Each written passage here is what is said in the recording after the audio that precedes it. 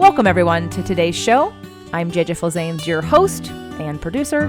Thank you for downloading today's episode.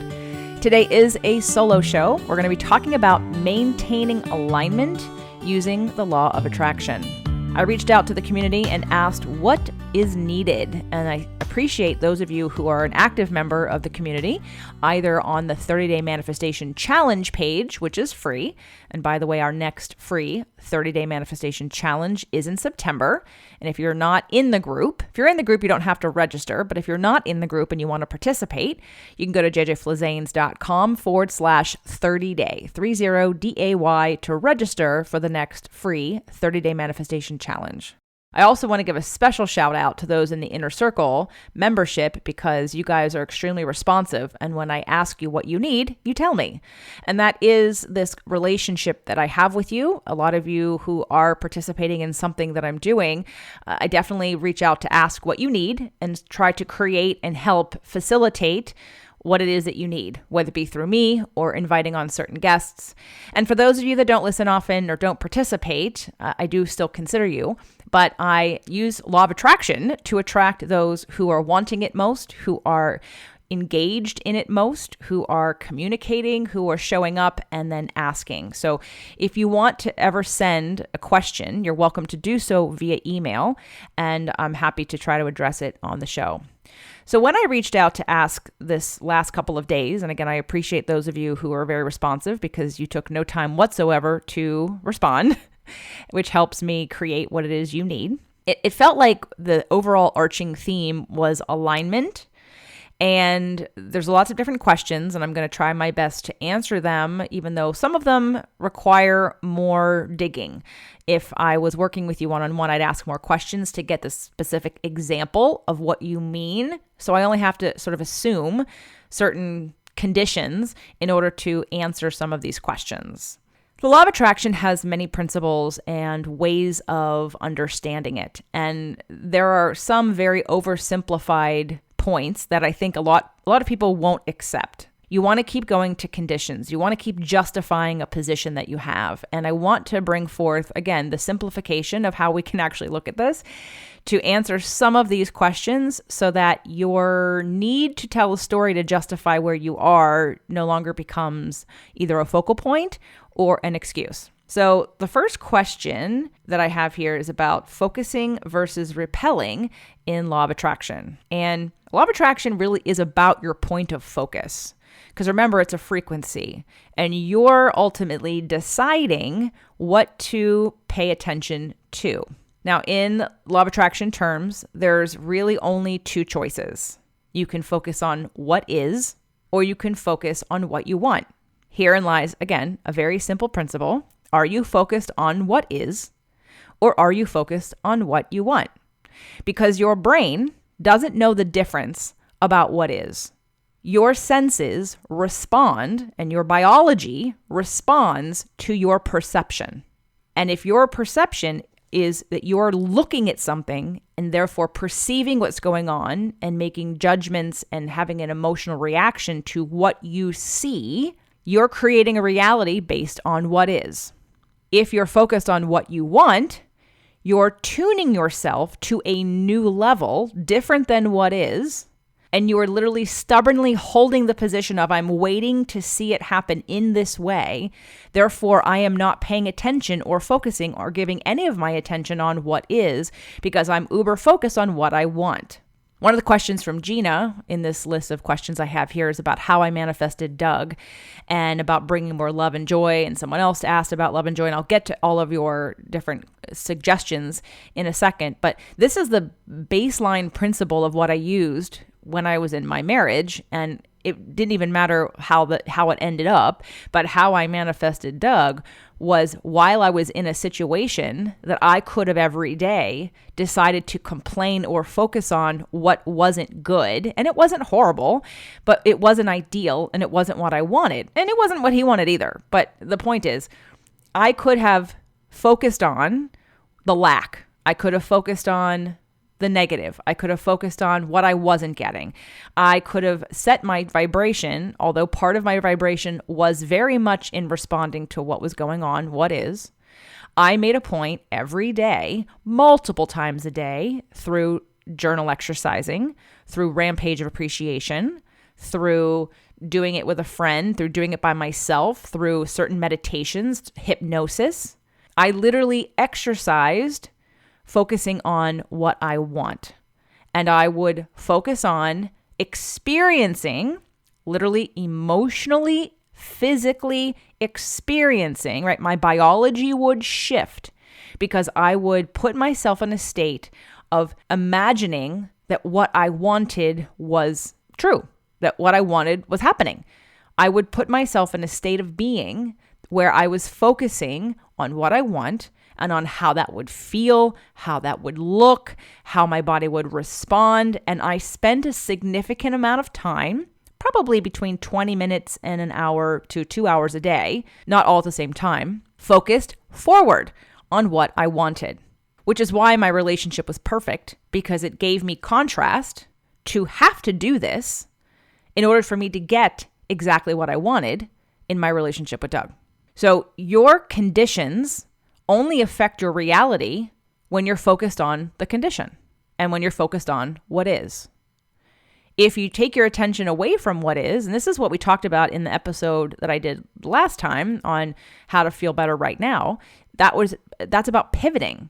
So the pivot would be, without being in denial, for those of you that just have to focus on what is, you have to be a realist and you're looking at what is because you just won't accept that you can actually focus on something that you want and ignore everything else. It's fine. I'm speaking to you right now if that's you. Then you leverage what is right now to get where you want. So if you want to start off by saying, I don't like this, and I'll give you a perfect example. I hate this townhouse. We don't like it at all. We don't like that we have neighbors. We don't like that it's noisy. We don't like that there's trash trucks almost every single day. I don't like the floor. I mean, I could list the things that I don't like about this place. But when I get the hit, or when I'm in the bathroom and that stupid bathroom toilet paper roller thing is making noise and I hate it, the minute that I get that feeling about like the irritation, and again, it's low, it's not a big deal, but it does irritate me a little bit. I say thank you for showing me what I want now. I know that when we buy our house and when we move, I will never have one of those stupid things that makes noise every time you pull toilet paper off of it. So leverage your contrast. Contrast is there to clarify. That's the whole point of contrast, is to clarify. And if all you do is bitch and complain about contrast, and you keep focusing on contrast and what is and how you don't like it. And trust me, I've not mastered this completely either, because I'm living in this current world, really trying hard in a way. And that's another topic we'll talk about here in a second. I was trying. And when you try, you end up putting resistance up. There's a surrender to some of this that I'll talk about in a minute. But your focus, your focal point, what are you reading? What are you watching? What are you talking about? What are you complaining about? What are you researching? That is what is. When you're focused on what is, you get more of what is. That is the frequency you're on, which is one of the reasons why I have let my intuition guide me every time I see some kind of post on Facebook that I have an answer to, but I know that this is not the frequency I want to be in. Somebody asks a question theoretically or combatively about something going on in today's society with whatever, and I want to answer it. And I have to keep reminding myself that this is not a real conversation. We are at different frequencies. And if I get involved in this conversation because I want to win the debate, or I want to prove the truth, or I want to help people awaken, I know my whole body says they aren't looking. This is not what they're doing. They're not really asking. So even though I may want to answer it, I'm lowering myself in a way to the conversation of what is, and that is not where the answer is. The answer is what we want. What is making a clarifying decision right now. Everybody is pretty clear, whether they're aware of it or not consciously, of what they don't want. But the problem is everyone's focused on what they don't want, and they're trying to fight what they don't want by talking about what they don't want. The only way to move forward, which is why we are in a great awakening, which is why we are at the epiphany right now of creating consciousness and allowing ourselves to move into multisensory being, to move into a new level of surrender and trust, to help society, not everybody, move into a new level of consciousness, has to do with where we focus. whether we focus on love and trust or fear. And that's another principle that can be so super simplified to ask yourself at any given point. Alignment is about love. Alignment is about trust. Alignment is about freedom. And if you're in a situation where you feel none of those things, you aren't in alignment. And the only way that we access our intuition is when we're in alignment. And too often I'm hearing people say, I use my intuition, but they're in fear. That is not your intuition. I just taught a 4-week intuition course. We went over this and over this and over this. And for those of you that are interested, because I am going to go over one of the slides today that I went over about how we block our intuition. It is ready for anyone to consume at any point in time. It is jjflizanes.com/intuition. And the difference between, let's say, the astrology class versus the intuition class is intuition is about retraining our brains. It's about changing perception. It's about allowing it new levels and literally changing our physiology and the way our neurological patterning can allow us to receive more. And it's exercise, just like your body exercises to build muscle, to strengthen your both your muscles as well as your endurance and your cardiovascular system. Like the more you do it, the better you get at it. And in exercise, when you plateau, you do new exercises to stimulate new muscle fibers, to create new motor patterns, to innervate and actualize muscle fibers that haven't been used, therefore using more of your body. And it's the same principle with your brain. So the Strengthening Intuition course is a 4-week course that literally helps exercise your brain, your consciousness, and your awareness so that you can keep progressing on allowing and on creating deeper levels of intuition based on a centeredness, based on an alignment, and not out of fear, and being able to recognize the difference. So this first question of focus versus repelling law of attraction is really a conversation about focus versus resistance. And when we're focused on what we don't want, we create resistance because we're not in alignment with that. So if I'm focused on what is, and I'm talking about what is, and I'm trying to fix what is, I'm trying to change what is. And remember, you can't change mass consciousness. You can't change mass consciousness. The way we affect change is by changing ourselves. Abraham often says that one person in alignment is more powerful than millions who are not. So we have a balance happening right now. And I don't know how many of you listened to last week's show or watched last week's show with Gary Zukav, The Seat of the Soul. But one of the things that Gary talked about during that show was what a gift this circumstance is. Now that is a perspective because he sees what he wants to have happen, which is he wants the consciousness, or whether he wants it or not, he's aware that we are evolving. At one point, we were mostly 5 sensory beings, and now we're becoming mostly multi-sensory beings. He's seeing an evolution that pleases him. So he is focused on this evolution. He's not focused on all of the negative things that come out of it. He's focused on the clarification of what is happening and how exciting it is about what's coming. And hopefully you heard that in the conversation. As Gary was speaking, he was focused forward. He was looking at what is coming, and he was excited about what is coming. And he wasn't complaining about what is. Now, I have not mastered this yet, but I am getting better at it. And sometimes all you need to do in terms of listening to your intuition or on resistance and repelling is to surrender and let go. It's a perfect day for me to be recording this because it's Monday, July 6th. And the weekend of July 4th had a lot of negative what is-ness going on. Here in California, the beaches were closed. I wanted to go rollerblading Friday morning and I couldn't find a place to park. So I changed it up and went walking with Doug instead. We went on a drive because that was the only thing we could do. And I got sunburned because I didn't put sunscreen on. And I wasn't upset about that, but it took some energy away from me. We did a lot of really wonderful things, but planetarily, there was some shifts going on. Like there were like 3 or 4 retrogrades going on at the same time. And I was feeling it before I read it, but somebody posted something about being sad or needing to go within or feeling depressed or defeated or something like that. And when I read it, I resonated with it because it's how I was feeling. So what I did was literally unplug. I did nothing. I was starting to watch Netflix and I was like, And then I was trying to find what would feel good. And for most of the day, I couldn't find what would feel good. So I did nothing. I didn't push it. I didn't push against it. I just allowed myself to surrender until it passed. And as I was trying to nap and just laying around and it was kind of hot and I had the air conditioner on, I was with the cats and Doug went grocery shopping and we started a 10-day keto group in the Inner Circle membership. So I was sort of preparing for that, but I wasn't doing because I could feel that I just want to do nothing. I want to lay here like a blob and do nothing. Now, I'll tell you that over the years, especially working for myself, I couldn't do that a lot. I would notice that I would shame myself. Now, it was a Sunday, so less expectation on a Sunday to do any work.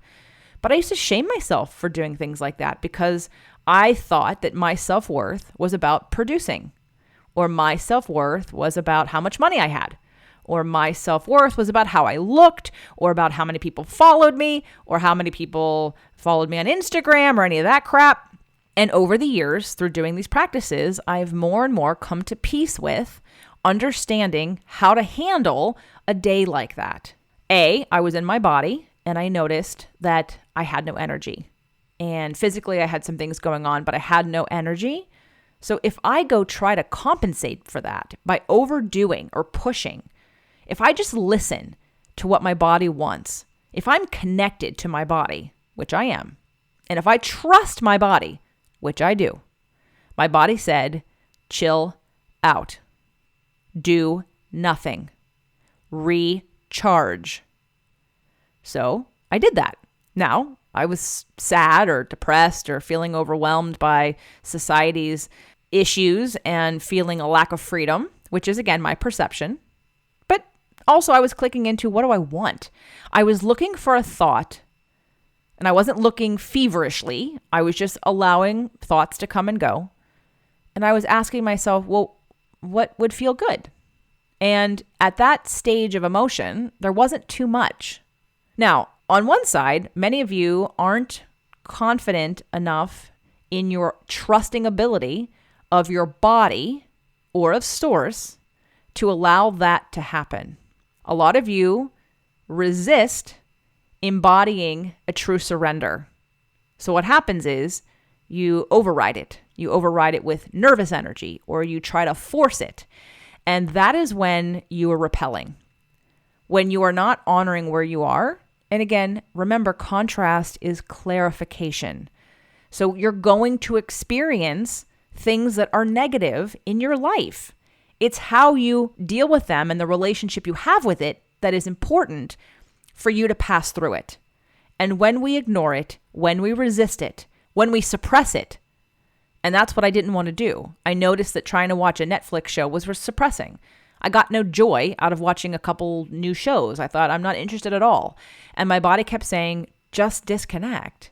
Stop trying to look for something to feel good. Allow your cork to float, as Abraham would say. So I just surrendered to that. And even living with Doug, I mean, he operates from a different place. And sometimes I used to judge myself in the beginning with him. He will work. His default is he'll work. And I didn't want to work, but I was honoring, I don't want to do anything. And there's some true power in that unconditional love and trust of yourself and of source and of where you are to give you emotion and feedback. So the moral of the story is, as I laid there doing nothing, literally doing nothing. After putting the groceries away, I didn't want to work. I tried a few shows, but I just laid there. I thought, well, maybe I'll take a nap because I didn't sleep very well. After I laid there long enough, a thought came into my head about something that would please me. And it was because we were about to do this 10-day keto, and there are two traditions that we have here sometimes in our house. And one is bacon and eggs and avocado on a Sunday. Well, it's brunch actually, but minus the alcohol, which we didn't have any. Sometimes we'll do mimosas or grapefruit mimosas, and sometimes there's carbs. Sometimes I make a quiche, a gluten-free, dairy-free quiche. But we generally do bacon and eggs and avocado. And there's another tradition that's been emerging over the last couple of months, and it's been a paleo chicken pot pie. And I can't tell you how that damn paleo chicken pot pie lights me up. I love it. But it isn't keto friendly because it has tapioca starch in it. And tapioca doesn't really have any fiber. And even though it's paleo, it's still high in carb. And I really wanted to work at reducing my carbohydrates so that I could get into ketosis quickly today. So in my mind, I was going to grill some chicken and put it on a salad. And that bored me. Like the thought of that went, ugh, like that. There was no excitement in that. And I'm such a foodie. So when I thought about it, I thought, I bet you there's a keto chicken pot pie recipe. So that idea, that thought, like that gave me energy. I went, oh my gosh, I don't want to have a boring meal, my last meal before I go keto for 10 days. I want to have an exciting meal, but I also want to do it in a way that serves my goals. And so I thought, I'm going to look up a keto chicken pot pie. And that thought excited me. So what did I do? I went downstairs and I made a keto chicken pot pie. And then Doug and I watched Hamilton. And it was on Disney Plus. I've seen a lot of people on Facebook talk about it. And between Hamilton and a keto chicken pot pie, all of a sudden my mood shifted and I was feeling better. And then I had an amazing sleep and I used the Sacred Acoustics. I used the full hour-long Alpha track, which is about deep, meditative, dreamless sleep, although I know that I did have some dreams. And next thing you know, I woke up and felt great. So sometimes, just like when a battery loses all its energy, yet you try to use it in a device and it keeps shutting down because you have to recharge it. So what I did yesterday was recharge. Did it feel good? No. It's about feeling comfortable in the uncomfortableness. It's about allowing and accepting wherever you are so that your cork can float and you can get back to being in alignment with the wellness that is without pushing. So Courtney, in terms of repelling, we only repel law of attraction when we're trying to either control circumstances or control ourselves. And we're not allowing ourselves to be where we are and we're not surrendering. And remember, another one of these very simple principles that law of attraction and just life has is that unconditional love means unconditional. And if you really sit with that and ask yourselves, do I practice unconditional love? Unconditional love for myself? Unconditional love in the world?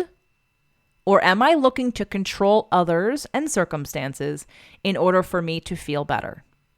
Now, we all know what the answer is. It's the second. Most of us do not practice unconditional love. Now, I think that what I was doing yesterday, even though it didn't feel like love, was unconditional love. I'm going to allow myself to do what my body wants me to do, which is nothing. I'm going to suspend judgment. I'm going to release efforting. I'm going to not shame myself. I'm going to release expectation. And I'm just going to allow myself. Allow. But the only way we know what to allow is connecting to who we are and trusting that if where we are in the moment, if our energy is low for whatever reason, and I'm not blaming astrology for my mood, but maybe prior to that, I've been too wrapped up in what is, which has created resistance and disconnected me from who I really am. And taking the beat of accepting and allowing, taking the beat of not judging myself, no negative mind chatter, no producing. That's another thing that I've noticed recently with a lot of my clients, a lot of you who listen, is that we judge ourselves based on being productive. That's not being. That's doing. And that's efforting. How many of you can sit in your bodies in the present moment, not thinking about the future, not thinking about the past, and just be? That is where we want to practice. Now, we're not where are we focused? We're focused in this red hot moment, which means we're not telling a story about what's going on right now outside of who we are and what we're doing, to allow ourselves the ability to shift, allow ourselves the ability to release resistance and to surrender. And then when our bodies feel a little bit like, oh, I'm naturally raising my energy. Like when I finally could identify a thought, which was the pie, the keto chicken pot pie, when I finally identified a thought that felt good, I acted on it. But I wasn't going to act on every thought I had prior to that because it didn't feel good. And this is another oversimplification principle that most of you and people reject because you think, well, it can't be that simple. Part of the reason why people reject it and you think it can't be that simple is because most of the time you don't know what feels good because we're too concerned with efforting or producing or being of value to somebody else or looking for external validation from somebody else. The only alignment that is of concern to you, that is effective overall for attracting what you want, is your alignment with who you are. And I'm talking about the God source part of you, not the physical human body in this time-space reality. I'm talking about the fact that you are an extension of source. You are source. You are God. You are timeless. You are an eternal being. Your soul, your energy is eternal. We are multi-sensory beings coming in and out of consciousness. We forget that, and that's a game changer. How many of you feel better already? When you broaden your perspective, when we stop looking at what is and deciding how we feel based on the perception, and I'm using the word perception more than usual because we're finishing up the biology of belief with Dr. Bruce Lipton. I'm interviewing him tomorrow, and I'm so excited. I can't wait. I don't know exactly when it'll be published, hopefully next week, because we're going to cut to the chase on some of this conversation, and I can't wait to have him explain on a scientific level, for those of you that are on the fence, how all the things that I'm talking about are true. And from a scientific perspective, and how law of attraction is science and quantum physics is law of attraction. So I'm going to move on and talk about, so Gina asked, she wanted me to talk about the law of attraction. And I asked in, any particular topic or part or use. And Gina said, yes, drawing in more abundance, career and love relationship. I've been listening to a lot of Abraham and I'm understanding that we need to focus on the reality that we want to have, not the lack of it. This is tricky when you are not seeing it. But then I think Abraham is saying focus on something good to keep raising your vibration so that you will be a match to all the things you have asked for that are in your vortex. I think I just answered that, Gina. Here's the thing. Yes, you can look for something good. Milking the good stuff. Rampage of appreciation. List of appreciation and positive aspects. Those are all things you could be doing every day to tune yourself to the best of what is right now. So we have the what is that we like, and we have the what is that we don't like. And when we focus on the what is that we do like every day, we literally attract more of the things that we do like. We create a positive momentum by milking the good stuff about all the things that we do like about what is. The problem is when you're looking at what is and you don't like it, and then you're keeping score of all the things that you don't like, and you're keeping score against all the things that you want that you don't have, your awareness to that is what causes resistance and slows you down. When you're looking into your environment for evidence of what you want that you don't see, you literally resist and block and keep yourself in a lower frequency, so you're not going to get it. So we can start with acknowledging the things that you do like about what is. And then the other trick, I already talked about it, is putting yourself in a point of focus about what it is that you want, but not from a headspace. Not from an idea-only space. And those of you that are air signs, listen up. The problem is, and if you have a moon in air sign, a problem is sometimes you're so in your head, this is where your anxiety is created because you're swirling and swirling and swirling in your head and you're never connecting it to your body, which is where most of your subconscious is, and it will tell you what feels good and what doesn't feel good. It will tell you what is off and what is not off. And when it comes to physical diseases, physical pains, physical ailments, I was telling, I don't remember where it was, if it was in the Inner Circle membership group coaching or in the Inner Circle mastermind, but imagine that your body is trying to connect with your brain to give you a signal or information. And it says, hey, you're out of alignment and you have back pain. Hey, you're out of alignment, you have stomach issues. Hey, you're out of alignment, you're acidic and now you're having issues with digestion and it's coming in the form of gas and bloating and skin conditions. And consider that like a small knock on the door, like, okay? So small little knock, body saying, hey, pay attention to me. I'm letting you know you're out of alignment. And then you ignore it, because either you're in your head and you're not in your body, so you can't tell, what's going on, or you're so focused and ingrained in what's going on that you're ignoring it. And so the knock gets louder. The knock gets louder, and now you're starting to get sick, or you're overwhelmed and you have a headache, or you're out of alignment so much and now your emotions are trying to tell you that because you're depressed, or again, you're overwhelmed or anxious and you have a migraine, or you're in bed all day because of depression. Okay, that's a bigger knock, but yet you ignore it. Okay, so what happens next? Well, if you ignore that and we're not addressing it and we're not correcting it and you're not getting into alignment, then the next thing that happens is something that's probably going to take you down. Something like cancer or a car accident or a sickness that you were trying to avoid that takes you out, a pain so profound that you can't move. And you're going to say, well, how did this happen? Because you ignored all the signs prior to that.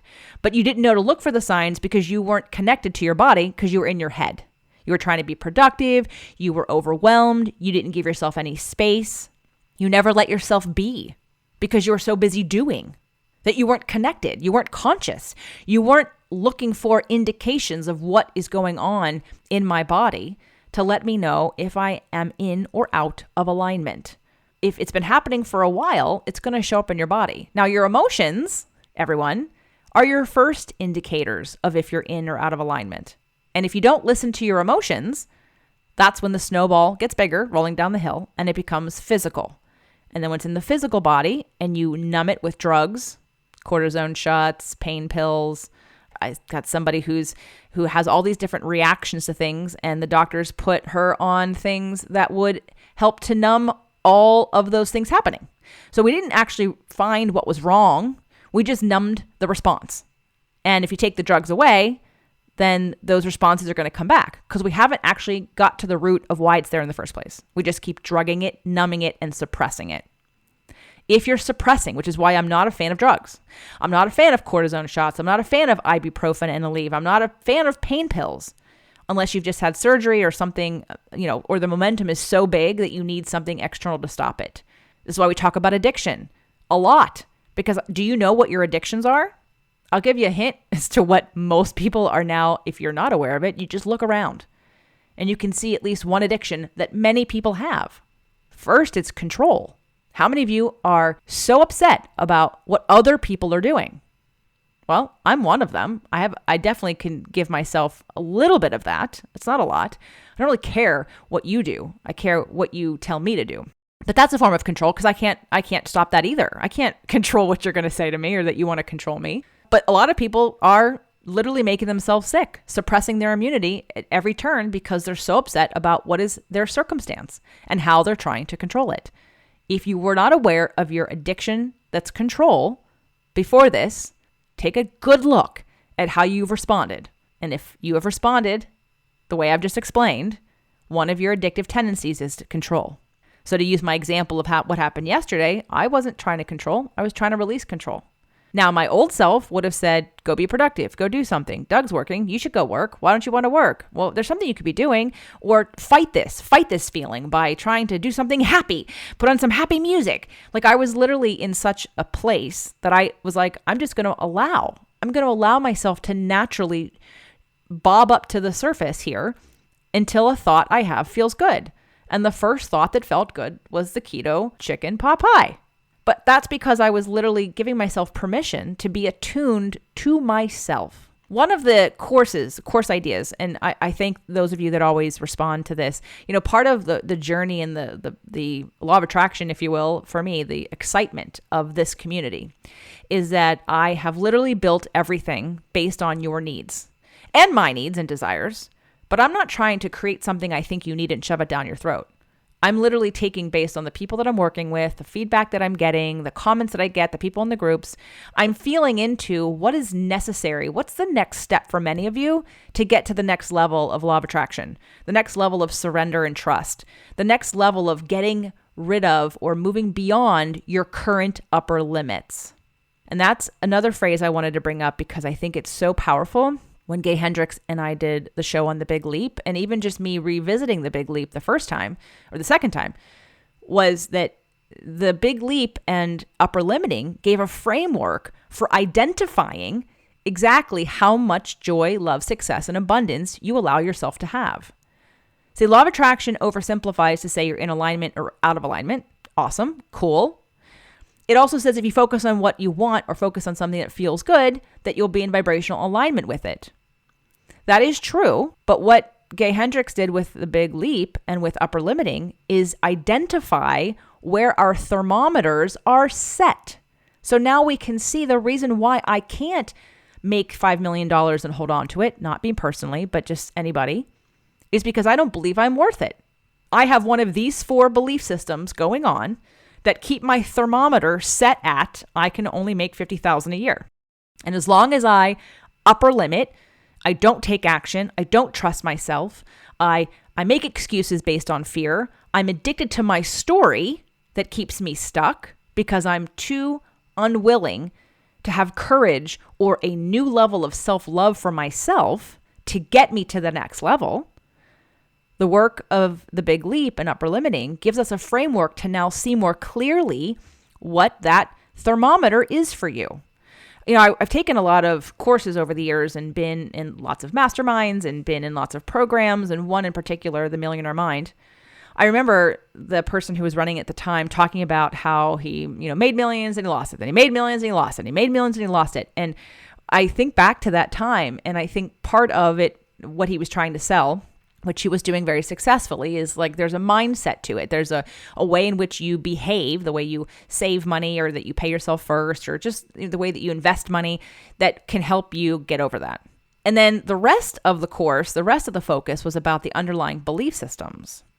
And all I need to do right now is take that information about upper limits and apply it to the situation and say, well, the reason why you couldn't keep the money that you made is because you sabotaged yourself because you didn't believe you deserved it. It makes it that simple.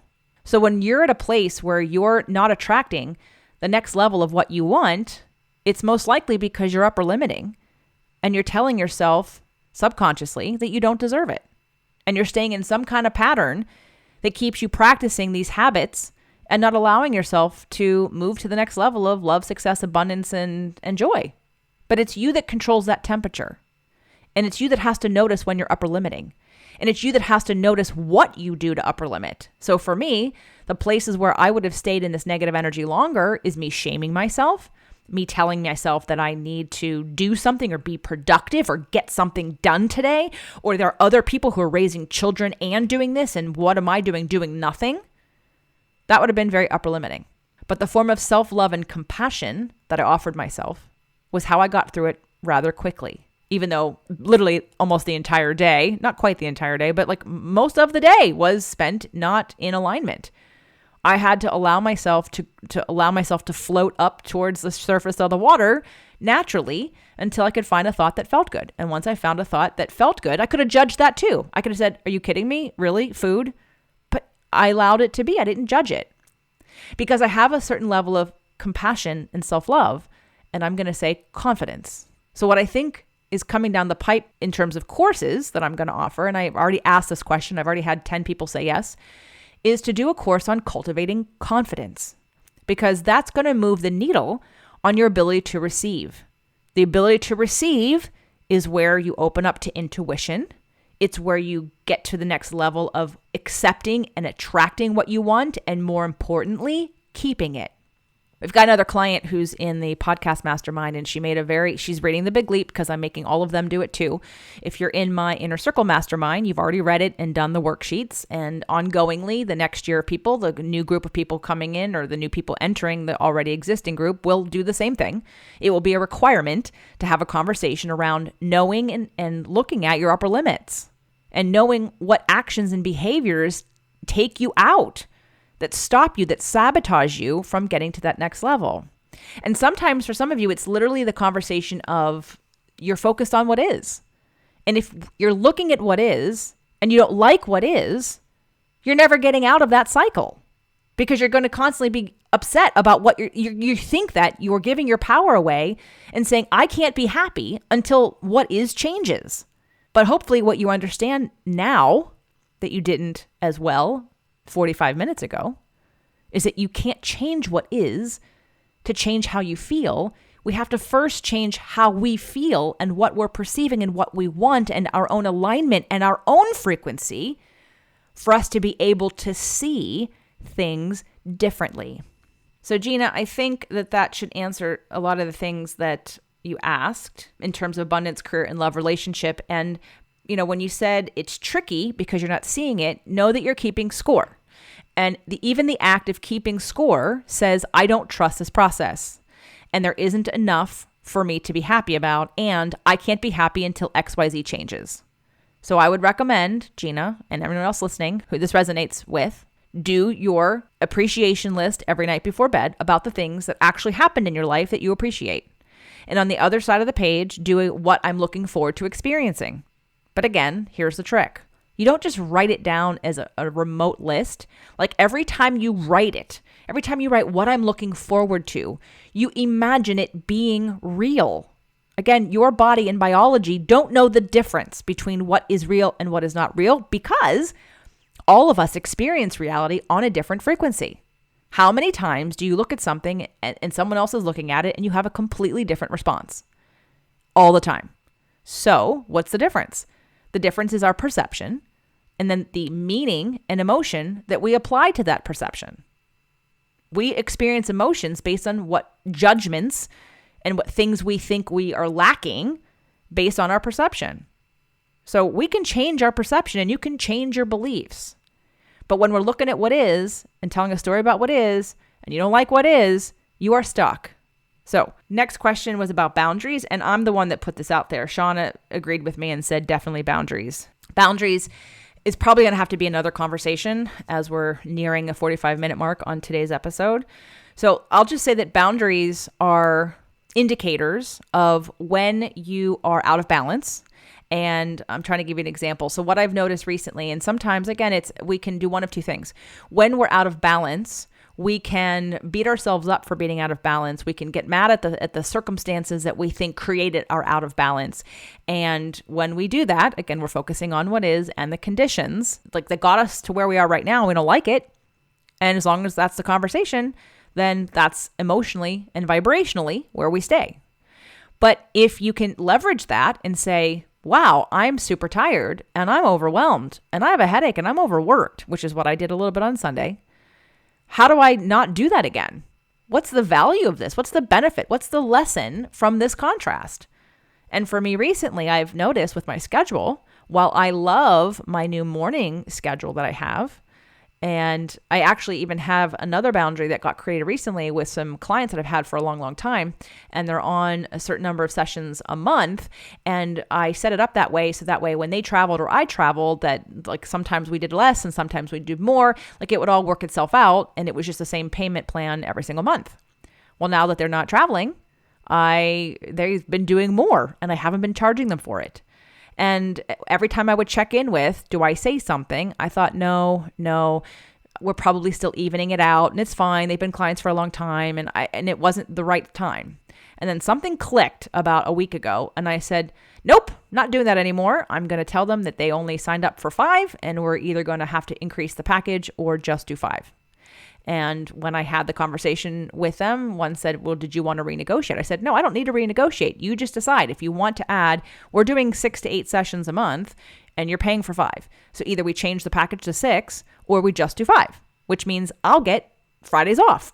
So, which is great. I'm happy with either choice. I don't care, but I was finally ready to say, okay, this is enough. Enough is enough. Same thing with my schedule in terms of putting people on my schedule. There are a certain number of client sessions I can have a day and be fresh and attuned. And when I go over that, I'm tired. I'm suppressing yawning. I'm burnt out and I need a break. I am not honoring my energy by doing too many in a row. And now that I've been doing it, I'm clear of that and I can change that. And I feel so good about that because it's honoring my own energy needs. Putting long breaks in between a couple clients at a time. And I just decided last week that I can't have a session after 4 p.m. 4 p.m. Pacific time, one-on-one is my last session because it zonks me. I'm toast by 5 p.m. Pacific time. Now, on the days that I teach a class or the days that I have the Inner Circle membership group coaching calls, those are usually at 5 p.m. Pacific time. But I also take at least 2 to 3 hours before that off to take a nap, to do the sacred acoustics. I do not book myself up until the very last moment because I need to replenish my energy.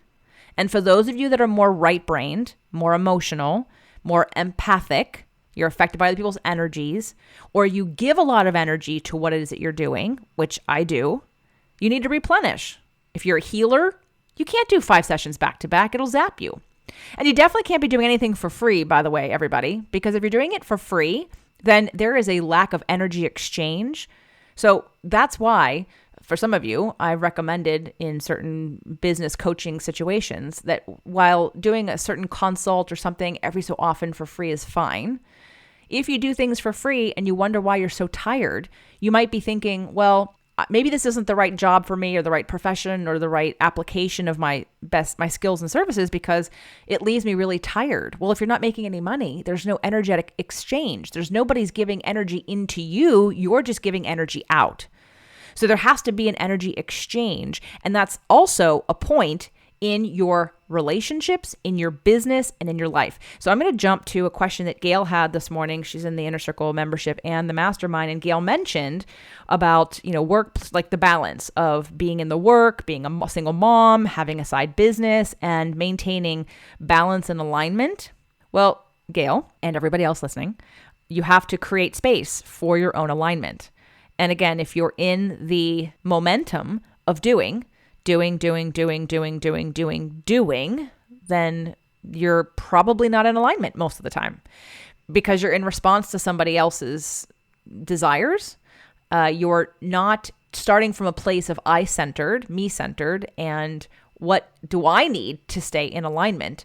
And then literally walking into those situations. If we're putting out fires for other people all the time, if our focus is on other people all the time, then we are literally giving our power away to say that until I help that person, company, whatever, feel better, I can't rest. But the analogy to that is whether it be money or coffee, like you can't give anybody from an empty cup. You have to give to yourself first. You can't give from an empty cup. You have to fill your own cup first to have anything of value to give anybody else. And I know, I know, Gail, you exercise in the mornings and you do a good job of taking care of yourself and doing the you time. What I would say that I know for you and others that they don't do, see, exercise is doing something. So you're probably telling yourself, check that off the list. I feel productive. I'm exercising, which by the way, most people benefit from exercising because it is a positive giving of energy to yourself. But where are you giving yourself the emotional outlet? Where are you giving yourself the pleasure outlet? For many of you, and many of you that I work with, you don't have enough joy in your life. Now, I will tell you that I have a new level of joy since my new relationship, but even when I didn't, I made sure that I sought things out that brought me joy. So when I was out of alignment yesterday, laying on the bed, and every thought that I had didn't bring me joy, and the first thought that brought me joy, I acted on it. And I went downstairs and I looked at the recipes for a keto chicken pot pie, and there you go. And it helped change my mood. But it's because I honed in on, I created space for the awareness of what the thought was that did increase my frequency.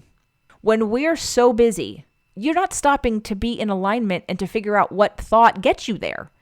And then half the time when some of you do, you don't act on it because you feel like it's selfish. You feel like you can't afford to. You feel like you shouldn't or you don't deserve to. And again, here's where the upper limiting comes into play.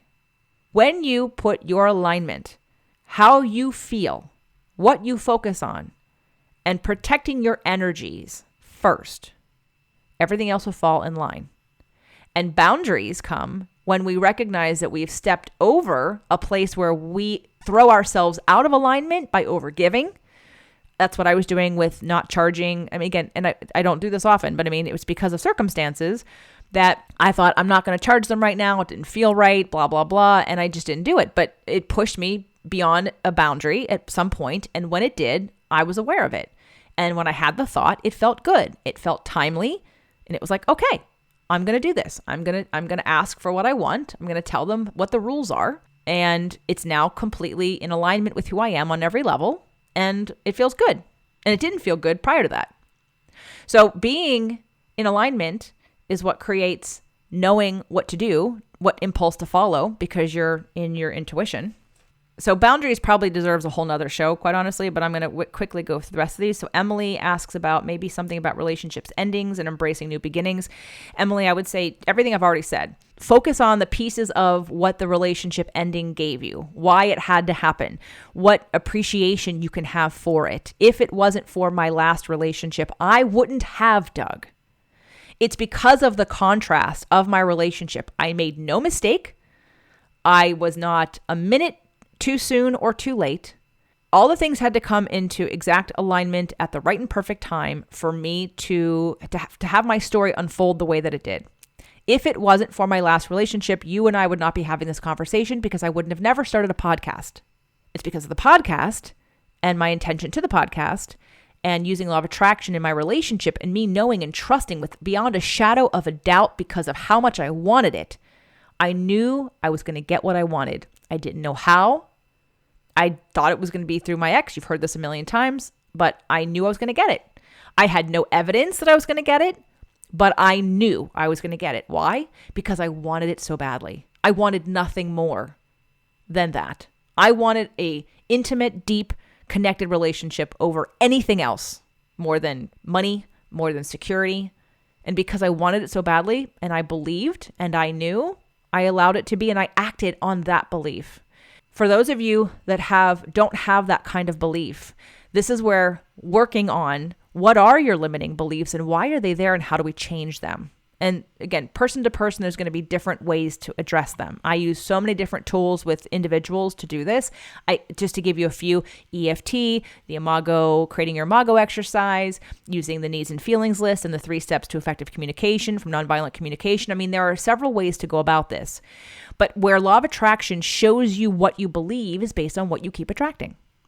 So if you're in a positive space, or you think you are, but you keep attracting something over and over again, the question doesn't become, what is it that I'm doing wrong? The question is, what is it that you believe that keeps this active? And when you get to what you believe, which is, I might not believe I'm worthy. Some of you want to change your bodies. You want to lose weight. You want to feel better about yourselves, but yet you keep undermining yourself by saying, I want to lose weight and I want to care about my body, but I actually hate my body. Well, those two frequencies don't align, which means you're not going to have long-term success with being healthy or releasing weight and keeping it off if all you do is tell yourself negative things about your body. This is fear. So if you want to love your body, you have to love your body. You're not going to get there from fear. You're not going to get there from anger and abuse. That is fear. They are not of the same frequency. And as painful as it is for some of you, this is also an upper limit. You do not believe you're worthy. Therefore, all the efforts you do are literally sabotaging you in the long run because you're saying it's based on conditional and your body wants to say, screw you. Until you love me unconditionally, I'm not changing for you. Okay, moving on because I want to wrap up the show. Charlie talked about releasing whatever emotional stuff causes back pain. Well, Charlie, back pain is repressed anger. And I know you're a Gemini and that's an air sign and I don't know your moon. But most likely, again, there's a disconnect and there's a relationship with anger that maybe you're not allowing yourself to express or be honest with. Again, a lot of air signs, a lot of you can ignore feelings because you just you're just residing in your head. And this is where connecting to your body and noticing what your body's telling you. So your body's telling you you're suppressing something and it's most likely anger related. And what's under anger though is fear, is a very deep fear. But sometimes a lot of people, and Charlie, you're a very nice, good energy kind of guy. Maybe for you, you won't allow yourself to feel angry because maybe someone told you being angry is not right, or it's a bad emotion, or you haven't given yourself permission to have healthy outlet for anger. There's more to that, but in terms of releasing it, there's several different ways. And the first one I would tell you to do is get Dr. Sarno's book, Healing Back Pain. Okay, and start there. Nikki, want to talk about divine feminine and masculine. We're not going to do that on today's show, but thank you, Nikki, for that suggestion. And in terms of finding emotional blockages, so Nikki, I know you took the Strengthening Intuition course, and one of the things that's in there, I gave you the chakra clearing, the chakra balancing audio that's in there, and you could use that. You could also go through any one of the meditations that we did in the Strengthening Intuition and see where you are disconnected from a part of your body and what chakra that is. And we, on that last class, we did all the chakra in terms of all the things that it relates to. And that would be a place to start with identifying where you are not sensing energy flowing through a part of your body. That most likely means that one of your chakras are blocked. And there are several ways that you can overcome that. Again, EFT, meditation, the chakra clearing audio that we have in the program. Hopefully that helps. Let me quickly just run down some of the list of what blocks intuition, and this is directly out of the Strengthening Intuition course. Again, for those of you that would like to purchase it who did not participate in the live class, you're welcome to buy it at any time. You can go to jjflizanes.com/intuition. So what blocks intuition quickly, and I go through this much more in depth in the course: negative mind chatter, stress, doubt, fear of loss and change, anger, perfectionism, addiction, inability to receive love, stuck in our heads, disconnected from body, and focusing on why. I could have done the entire show today on that slide, but it already exists. It's in the course, and I'm definitely going to recommend that you get it because I thought it was great. So I believe that it's a really great practice that everyone can be doing to help move the needle on an awareness of our bodies, awareness of our emotions, and then leveraging that in Law of Attraction by choosing our point of focus, surrendering and allowing, and being able to tell the difference between intuition, which again, your intuition comes when you're in receiving mode, which means you're feeling trust, joy, peace, and love. If you are feeling any negative emotion and you get a hit, you are not getting your intuition. With the exception of if you're having an instinct because your reptilian brain notices it wants to put you in fight or flight because, a car is coming and going to crash into you, or someone is walking behind you and you think they're approaching you. Which, by the way, instinct requires no consciousness. Instinct is a pre-program in your body, and it is not intuitive at all. It is literally an instinct. There's a difference. And hopefully tomorrow on our show with Dr. Bruce Lipton, you will hear a little bit more about that. So hopefully today's show was beneficial for everybody. Thank you again for participating by adding something to the mix in terms of a question or content. I would love to know from this show moving on what I might have touched upon that you feel we could go deeper with. And is it boundaries? I feel like it's boundaries. If it's something else, though, please write to me, jj@jjflizanes.com, and let me know. So in 3 to 4 weeks from now, when I do the next solo show, I will know exactly what you're interested in hearing and what helps you. Again, if you want to keep this conversation going, we have a very, very supportive, active group of people over in the Inner Circle membership, jjflizanes.com/inner circle. It's only $9.99 a month with a 7-day free trial. And it has a whole new podcast with over 20 episodes already that you can listen to right now. So I would love to invite those of you that consider yourselves JJ fans or super fans of any one of these shows. Please join the Inner Circle. We'd love to have you. It's less than a cup of coffee once a week, right? Because that at $4 a pop, if you go to Starbucks or something, ends up being $16 or more. So for $9.99 a month, less than Audible, and you get lots more and a community and a group coaching call. So by the way, this week on Saturday, July 11th, is our next group coaching call that's live at 9 a.m. Pacific time, noon Eastern time. It is recorded, but it's the way for you to come and see other people who are in our community. So thank you so much, regardless of whatever level you play at with me and our community. And I appreciate your feedback. And I wish you nothing but alignment, peace, joy, and freedom.